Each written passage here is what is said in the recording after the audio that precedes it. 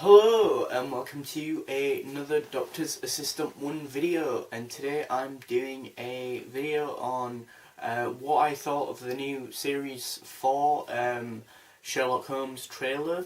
But first of all, can I just say there's a little bit of something that has personally kind of annoyed me a bit, somewhat, which is the fact that it says at the end, coming 2017, which is all well and good, but I was under the impression, and much like a lot of other Doctor Who fans, that the reason for that was because obviously,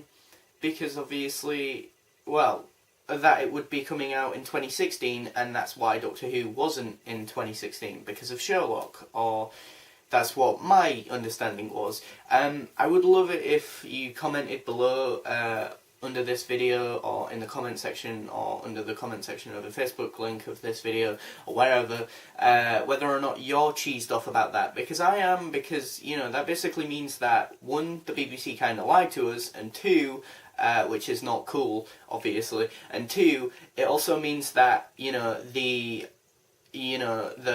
fact that we're not getting any real big show from the BBC this year regarding those two mainly, obviously, which is pretty stupid, really, if you ask me. And yeah, okay, we've got Class as a substitute, but that isn't really that big of a thing, and it's just a spin-off, and so it's just going to be a small thing. It might be a rather big success, but it's not going to be Doctor Who or Sherlock, and so yeah, my understanding was the reason why Doctor Who wasn't, as I say, out this year or going to happen this year was because of Sherlock, but that's also going to be 2017, which is annoying because, again, I would either prefer Sherlock this year and then Doctor Who next, or Doctor Who this year and then Sherlock next, but to find out that there's no, either of them is just ridiculous in my opinion.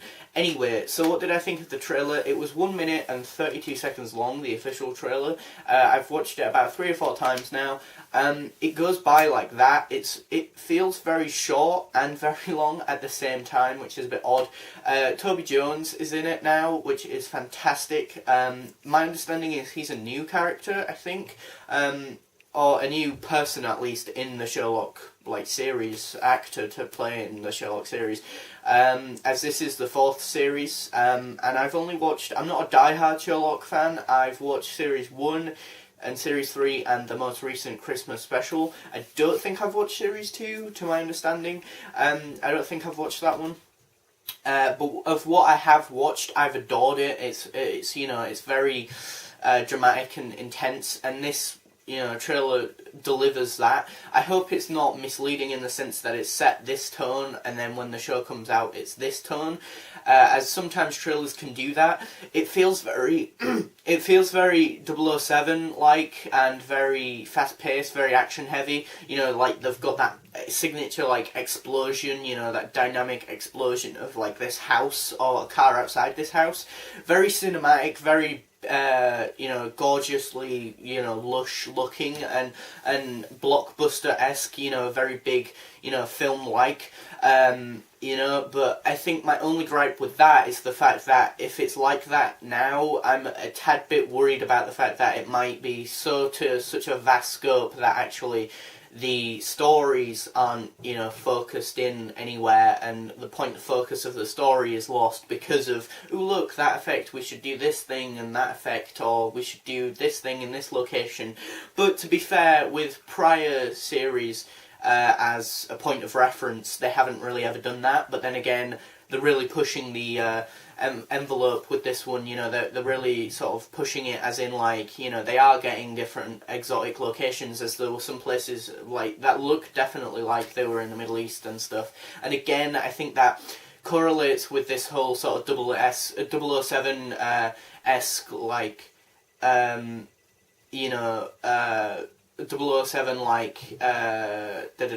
feel, because you've got the action and you've got the far exotic places, and it doesn't even help that the person from Waters of Mars is in this, the woman Adelaide Brooke, not her character obviously, but she's in this, and she's even the Bond woman, not the pretty one, but the sort of one who gives the assignments out and stuff.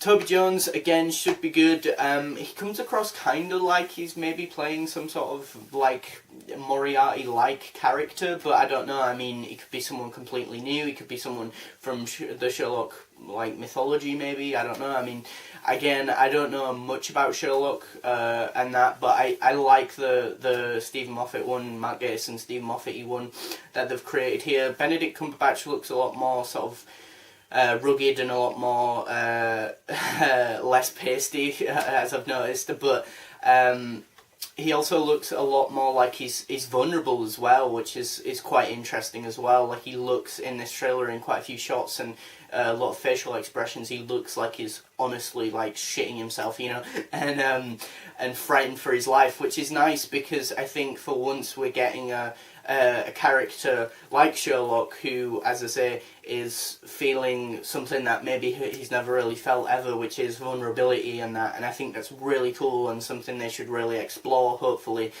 because again, you know, with a character like the Doctor or Sherlock or Rick from Rick and Morty, you know, these geniuses, if they're all just geniuses and they're just flawless, then it's boring and it's like, you know, they know everything, so what's to develop there, you know, and that. Whereas a genius that learns stuff is more interesting because that's the whole point of being a genius. By definition, you are a learner, you know, you're learning things and then you get to that point where you class yourself as a genius. But to be honest, does learning ever end in any field? Not really, I don't think. So, you know, we're all just learners trying to get to that point, what we can call being a genius. There are characters from the past, such as Sherlock's assistant guy, I can't even remember his name. I'm so bad, I'm gonna get so much flack from people who are like diehard fans of Sherlock, but there's him and his wife and another character, like a scientist-y character from some of the early series and stuff, you know. There's bits with Moriarty, but I keep thinking that Moriarty's just in Sherlock's head. Whether or not I'm right on that, I have no idea. There's also the person who owns like the flat upstairs that Sherlock and Watson live in, and that. And she's always cool, you know. I think she's very much, for me, the damsel in distress of the Sherlock universe, in the sense that, you know, if someone's gonna get attacked or maybe try and get to Sherlock and Watson, they might get her or the scientist-y woman, or, you know, there are a few people who are around and about them who, although they don't have a big social circle, because, you know, Sherlock's a high-functioning sociopath, I think the very few people they do have, they have them very close to them. So I think for the villains, or the adversaries at least in the Sherlock universe, it's easier for them to probably pick off those people because, you know, it'll affect them more. There's there's a little bit of dialogue here and there. Not that much dialogue, which I think just shows how impactful the cinematography is. You know, again, it's so visual and I like that, you know, it's not bombarding you with verbal information here, there and everywhere. There's two little segments with like text, and the text is very nice. Adds to the trailer, you know. Adds to maybe what we might get in Series 4 as well, like a bit of a taster, you know, reinforcing, you know, the theme of Series 4, which is nice. Not telling you everything, but just the theme, maybe. What else? There's,